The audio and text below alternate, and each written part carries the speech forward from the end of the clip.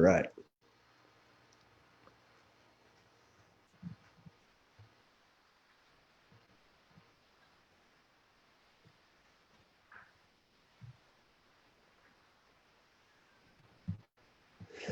Hey, welcome everybody to Thursday, August 27th. Joining me today is Chris Sharpe, the founder of Black Wolf Heliops. And you probably know me, myself, is Chris Smetana, CEO and co-founder of Acadian Air Med. And what we're going to talk about this morning is we're going to discuss a little bit about the all-new aviation. And we love this course because it's phenomenal. And what does it do? So, when we look at things that make things successful, with the air crew operations and survival course, we wanted to bring out a course that we felt like crew members, could actually learn and take some valuable learning points away. So, Chris is the lead and primary instructor for this course. We have this course releasing next month for all of you guys that are excited. And what are the main objectives with this course, Chris? What are we trying to go after here for the layperson or the aeromedical crewman that is looking to kind of exceed, or the agency that's looking for that solution and not that same boring CTS animated kind of BS of the guy peeing on his leg like 5 days later after being stuck out in the woods? I think we've all kind of gone through some of those programs, but what makes this unique? So obviously we have the mandatory requirements through the FAA, CAMTS, so we've ticked all those boxes. So it appeals to people who are currently in the trade or new hires. It's done slightly differently, maybe slightly different to what your Acadian Med audience is used to. So I'm not stood in front of a PowerPoint. We've gone out, we were flying the other day. If I want to talk about the rotor system, for example, it's me with a GoPro on top of a helicopter showing you a rotor system. But the parts that, because usually, unfortunately, a lot of these courses are written by pilots, no offense to pilots. We don't need to know that depth. So it's aiming at, the ACOS is 10 modules, each sub-modules. Some are 6 minutes long, some are 10 minutes, some are 20, depending on the subject. And our overall aim is to take anybody and so they become competent, current, and confident on any helicopter. All helicopters are the same, and we go through that and some other key principles. Yeah, I mean, and it helps educate, right? So I can tell you, when I was a new crew member, right, we get all the clinical training, we get set up to be clinically successful, but I can tell you my aviation side or operational side of training when it came to the actual aircraft was very, very minimum.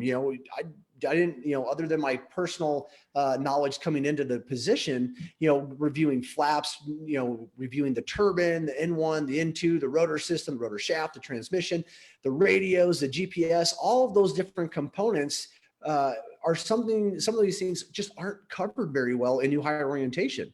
And so when you look at some of these things, this course is actually designed to meet and exceed the CAMTS 12th edition for, your annual recurring operations and safety for agencies or aeromedical companies. And so that was one of the reasons for developing this course, but we also wanted to make it high quality, right? So we wanted to make the applicability as real world as possible. And so you really can't get any more real world than having Chris Sharpe out in Guatemala in the jungle flying around and really utilizing video and photos and along with the course design to meet those objectives. So you can almost feel like you're in that, almost going into that IIMC kind of situation. You could feel like, hey, if I was doing my aircraft pre-flight checks, what do I need to look at? What are these different systems? How do you think this is going to benefit that crew member? And as part of that is, for example, the module 1.2, we look at the cockpit. We use the 206 Long Ranger because it's a fantastic training tool because it's very simple. And through the modules, we do compare to like the H145 from Airbus, Sea King's Black Hawks. There's a Black Hawk rotor head in there. Once you understand the key principles of a 206, you can identify them on your own aircraft. We look at where you find this in the flight manual. And the whole idea is to give the viewer the experience of being stood in front of the helicopter. Let's look at the cockpit. There's a bunch of dials and instruments, and aviation's a marathon, not a sprint. So let's start with what's going to affect you as an aeromedical crew member. One's the altimeter, because you may need to adjust ET costs, for example.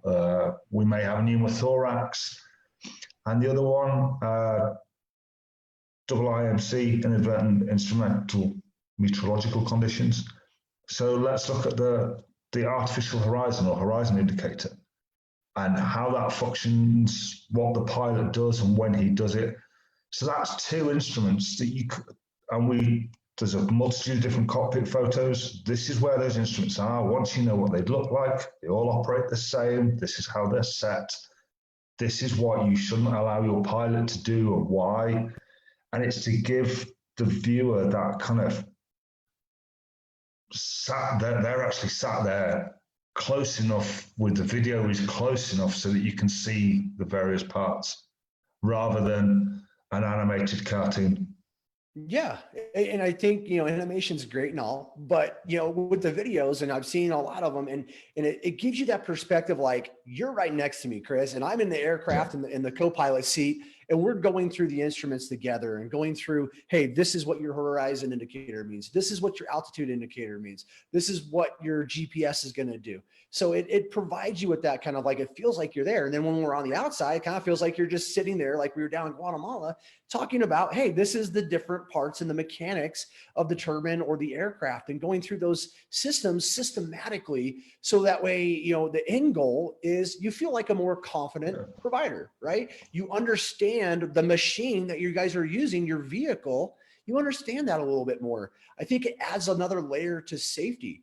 When you think about the level of safety, if I understand cognitively what is going on, what does a chip light mean? What does an N1, flame out? What's an N1 high temp? What is that? Where in the combustion chamber is this all occurring? And if you have that wherewithal, it brings it up. Why do you think, what was the passion in driving this course? I know you and I kind of got together and we felt like, the industry just kind of wasn't having something out there, and we get a lot of questions, but for you, why is this so passionate? Obviously part and parcel of when I won the Helicopter Association Salute to Excellence Safety Award is I'm an air crewman and a paramedic, but I've reverted back more to my chief air crewman role. One of the big things, especially when AirMed, Heli, helmet, all you guys came down for gear 2019, there's a noticeable gap, even with experienced providers, in knowledge to support the pilot, because without the pilot, we're in kind of trouble. And part of my mission, which is why I founded Black Wolf, was to show people the value of being a crew member, irrespective of whether you're doing aeromedical, search and rescue, cargo, VIP. The safety aspects of having a competent crew member just increases your operational and your company's operational safety standard no end.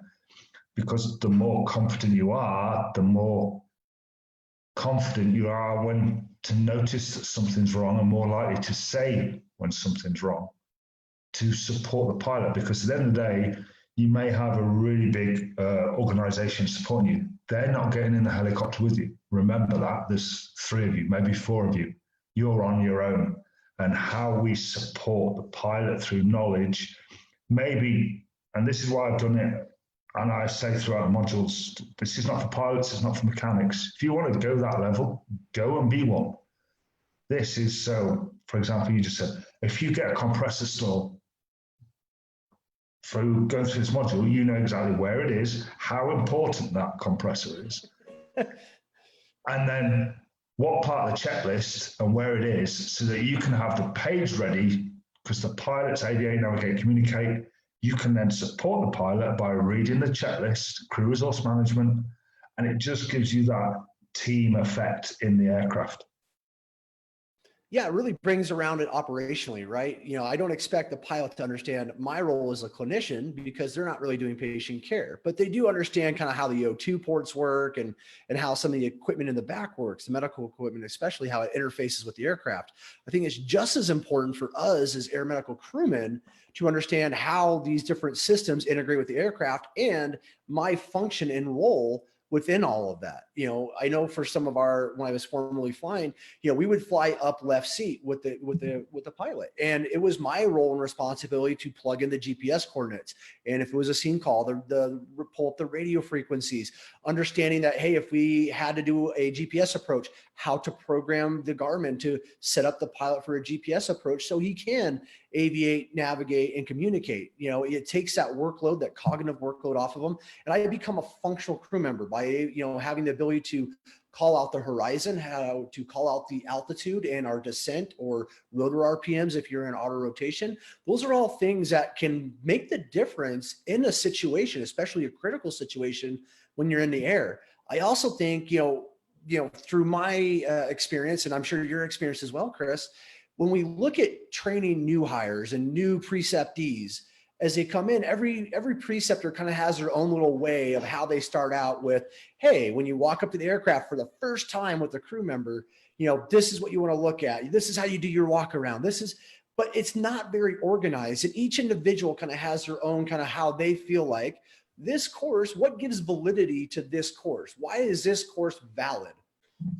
Well, obviously I've had all the modules checked by 2 flight instructors for accuracy, and they're FAA and aeronautical civil instructors, so double-hatted. It follows the curriculum through the flight regulations, which are covered in Module 1. These are the documents you should be familiar with. Everything in aviation is written down. There's nothing new, maybe new systems, but we've had Chuck Yeager, we've had the right stuff, we've moved on since then. And it's done in a logical approach. Obviously, part of my safety award was I was the project manager for the first ACLS air ambulance here. So I know what new hires go through the first time you put the turbines on, turn the rotors, there's that nervous. So it's all in a methodical. So let's understand the aircraft, let's understand the risk management, the crew resource management, and understand what those terms mean, because they're very often overcomplicated. We look at how to brief, how to debrief. You obviously know I'm big on debriefs. Weather, what source do you get your weather from? I'm not going to show you a load of apps. This is the official source for the United States, the FAA, but you won't understand it because it'll come as a META or as a TAF miss. What is a NOTAM? And then we move progressively from the crew room. So what do you wear? Why do we wear flight suits? Do you wear a vest? Do you carry survival gear? If not, you'll find out why you need to. Our pre-launch, pre-takeoff checks, because they're slightly different. Not looking at the medical stuff, we all know how to account for a controlled drug. How we fit our medical in with the pilot and the aircraft's needs. Duties in flight, routine operations, so like landing, what we're looking for, shape, size, overshoot, to communicate with the pilot. Refueling, so the video is, there's a common, for example, misconception, hot refueling means the rotors are turning. Actually, it means the engines are on. There's hot refueling or rotors running refuel, they're different. But there's a video of one to show it's a big no-no in the USA, but it's like, yeah, well, you can do it as long as there's roles and responsibilities, you've got protocols defined, they're all there for a reason. Patient loading, who loads the patient feet first? Under the rotor disc, so the patient gets all the dust up their nose and in their eyes. And then we move to the emergencies. So crew resource management, equipment failure, medical, aircraft. And then when it goes really, really wrong, we're going to look at, as best as we can through either some statistics and video, survival, both land and in water. Everyone will see you going upside down in a swimming pool. Drown proofing is what I call Yeah, it. I call it fun because I'm the instructor. I call it equally as fun. I thought it was fun. I think some of the other people did not enjoy it as much as I did. Yeah. I had experience with doing Hewitt training and water training, so it helped out a little bit. It's basically a condensed. You go back to the training. If you think, and I'll use the example of a UK military helicopter crewman doing commando support. So they're doing is flying troops, they're flying cargo. Their training is a year and a half before they go operational. So they know they do everything but the pilot, but fly. That's kind of my career track. And it's to give people, my biggest pet hate is when people, it's not my job. Or the pilot will go mental if he saw me pop the panel. Well, we don't need to open panels if you know what's behind it, but there may be a panel that you should check. So it's doing it from the approach of this is what crewmen check, but I also tell you why you check it and the consequences of if you don't check it. Yeah, I think it's great, right? Because it gives you the education to be what we call a functional air medical crewman, right? I can be an air medical crewman, but in the eyes of the FAA, until I have that FAA 133, I'm really just a passenger, right? I'm just a passenger. I really can't actively, unless there's a GOM and there's an exception, I can't actively navigate. I can't actively communicate. I can't help the pilot with any of his roles or responsibilities or his cognitive offload or assist with that. This is why I love this course and the way we developed it. So just to kind of recap, we start out with understanding the aircraft, the operations, the mechanics behind that.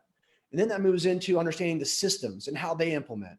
And then crew resource management and mission planning. So we understand how to plan missions, how to read weather, how to understand some of these aviation terms like NOTAMs and what is a METAR. A lot of people don't understand how to read a METAR. They just look at I'm just going to pull up my iPhone weather app and yeah, it says it's going to be partly cloudy today, right? Maybe I see some active weather or some radar weather, but we don't really understand and can read like a pilot can around. And this is where this course helps to define that. And then we go into the emergencies, the flight part of it. It's like, hey, how do you flight as you're flying? How do you load patients up? What things should you consider? Survivability, what's in your survival bag. We also look at, hey, when you have a failure, what is your role and responsibility in augmenting the pilot at that point to help mitigate as much of the risk or the environment as possible? And I think those are all very, very important points. And that's why I love this course. The course is also designed to meet the CAMTS 12 standard. It currently meets the 11th standard. It also meets the FAA 133 standard. So you will get a certificate that qualifies you as an FAA 133 air crewman with this course. I think it's important to understand that. This is a course that we're going to provide via closed door. So for those agencies out there that might be listening, this is something that we can have the team come out to your location and provide this training annually in person or on demand, which is going to give you guys the opportunity to continue to come back to this. You'll have 1 year's access to this course. So even if your agency may not support something like this or provide it, we're going to try to make it extremely affordable for you guys out there and air medical crewmen, because it is on you to elevate your game. We can't be complacent. Not all organizations are going to provide all the tools that you're going to need to be successful. At least that's been my experience. I've had to go out and get additional tools to help myself become successful. And so this course achieves all of those missions. The most important thing, I think, when you look at this is how it ties into a teaser that we're going to bring into. So let's talk a little bit about the Flight Academy right now and what we kind of have going on with that, because this course does tie into that Flight Academy, right? It does. I'm kind of excited about this. I know most of your guys and most of your instructors are like, do you need a help? Yes, all the instructors here at Acadian Air Med are jumping all over to be an instructor with this course. Yeah, so but basically the way we built the ACOS course is to help augment our new Flight Academy course. So the ACOS course will be coming out and available, I believe next month is what we're shooting for. So we're shooting for the third week in September to have this out and available for you guys to take advantage of. The registration for the Flight Academy will actually open up 01 October. And this is for the May 1st through 8th. This is actually going to be the first course we've actually run in the United States. We've run it abroad and overseas in a CONUS, but this is going to be the first one that we're doing in the United States. We've partnered up with Acadian Air Med and the National EMS Academy based out of Lafayette, Louisiana, and M&S Safety for the T. Hewitt trainer. So this ACOS course, this is going to provide a hybrid into the Flight Academy. And with the Flight Academy, you will actually be able to go through the online portion of some of the ACOS course. You'll get 5 days hands-on in person with Chris and the team and instructors going over the aircraft, practicing mission planning, practicing weather, doing survival. You're going to spend a night or two out in the Louisiana swamp and bayou. So get ready, but you're going to practice real survival techniques, right? It's not meant to be comfortable. We're not going to obviously let you go out too far extreme, but we're going to make sure that you understand what it feels like to be in that environment, because it will kind of test you. And then we're going to wrap that all up together in a nice shiny bow. We're going to put together with the clinical side.